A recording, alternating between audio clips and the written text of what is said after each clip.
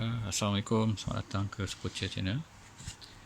Ini adalah barang yang baru sampai lah, aku ambil daripada Shopee lah.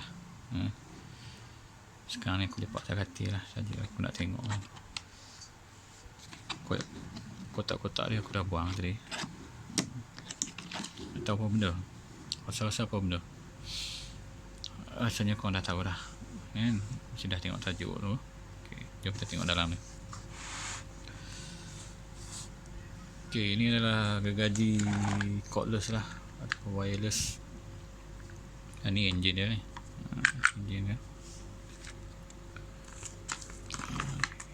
Ini penahan daripada melantun benda kita. Ini bateri dia.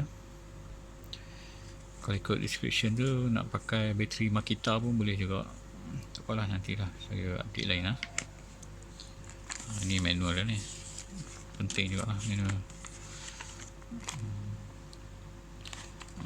Tapi itulah, manual semua dalam bahasa Cina, sebab datang pun daripada Cina. Tapi ada gambar rajah ni, saya rasa tak susah lah kan. Dekat sini pun ada step-step cara nak pasang dia. InsyaAllah nanti saya pasang lah, bukan sekarang lah. Walaupun saya excited, saya nak relax sekejap. Ini bilah dia ni. Ini rantai dia.